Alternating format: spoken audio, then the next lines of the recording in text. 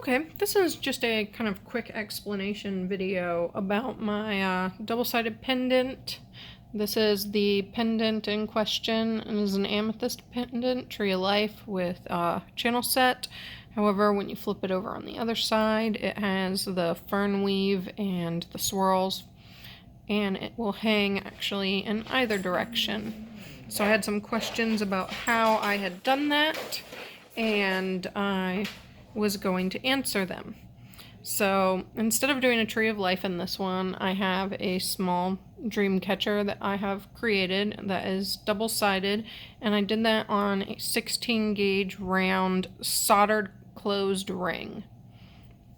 And then I have actually created two frames, so almost as if I was going to create a single pendant, I created a frame, only I've created two of them. This will be one side, and this is the opal doublets and the basket weave, and this will just cap on there and have our dream weaver right there. And then the other side, I have my bail and this nice little kind of triangular looking weave. And this guy, again, it caps over and it creates this pendant. And so what I'm going to do is I'm going to go ahead and I'm going to take this guy and I'm going to slide him on here, and I'm actually going to mount both sides together. So I will mount this guy, and then I will take this guy and I will actually mount him up against in the other direction. And I need to round my bail out so that I can do that, so that it will go up against the other side.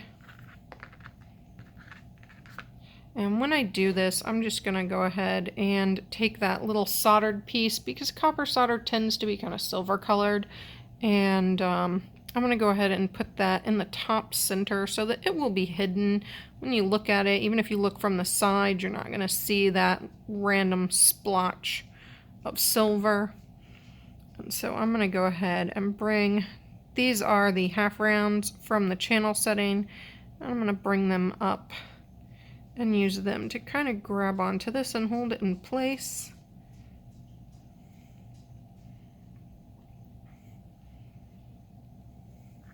And we're just going to check and make sure that all of this sits well how we like it. And I have made this braided weave here that once I put this together, it is going to run over top of the bail. So these are going to go together, and then this will bend over top of the bail. And when I get it over here, I will either turn it into some swirls or something to connect this side. And once I have everything ready to connect, I like to create something. In this case, I have taken a drill and I have twisted 20 gauge round, and I have taken that and created a hammered weave, and it is just slightly larger than all of this. So what it will do is it will kind of go between everything. And when I do this, it is basically to create something that I can use as I'm stitching everything together, and to hide these seams that are going to be created as I'm doing everything. So this guy kind of caps up here, and it takes a kind of a fiddly second to kind of cap everything in, but then you can see where this will run along the outside, and it will actually be visible on both sides of the pendant. And then what I will do is I'm just going to go in with wire, and I'm going to kind of wire this down, wire everything to this centralized outer piece, and clean up these bails on either side, and that will be the end of the pendant. But that is basically the idea of how I make these double-sided pendants. just creating a frame on each side and using those frames to create two different looks or feels. And you can actually create two frames that are very similar looking if you wanted to. For instance, for this guy, if I had wanted to, I could have created the amethyst here, and then I could have done another channel setting on this side with garnet or a rainbow or something like that, just to give them two different color options. But I actually like to have two different styles, this one being a little bit more casual, this one being a little bit more dressy, and the same thing on this side. We've got the opals that are a little bit more dressy, and then when you flip it over, it's going to have a little bit more casual and plain of a pendant. And I find that to be, you know, the kind of the fun part of doing double-sided pendants, is just being able to give somebody almost two pendants in one.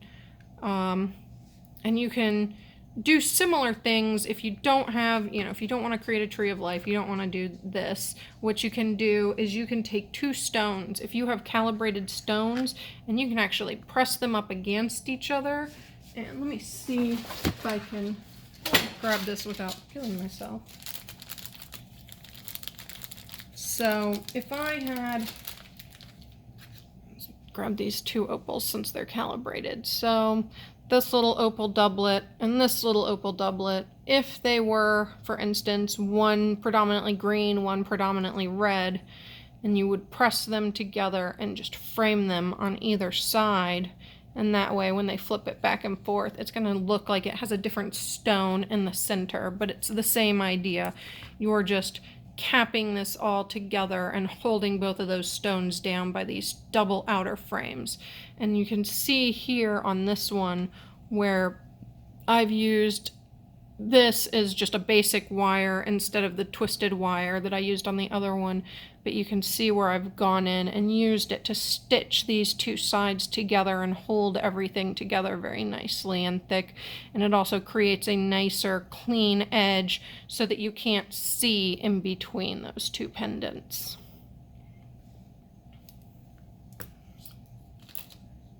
And that's pretty much it. I'm not going to stitch this together tonight because it's quite late, so I'm gonna go ahead and I think end this video with just an explanation of what I'm doing, and then maybe later I will do a longer video where I actually go through and show everything as I'm putting everything together and all of that.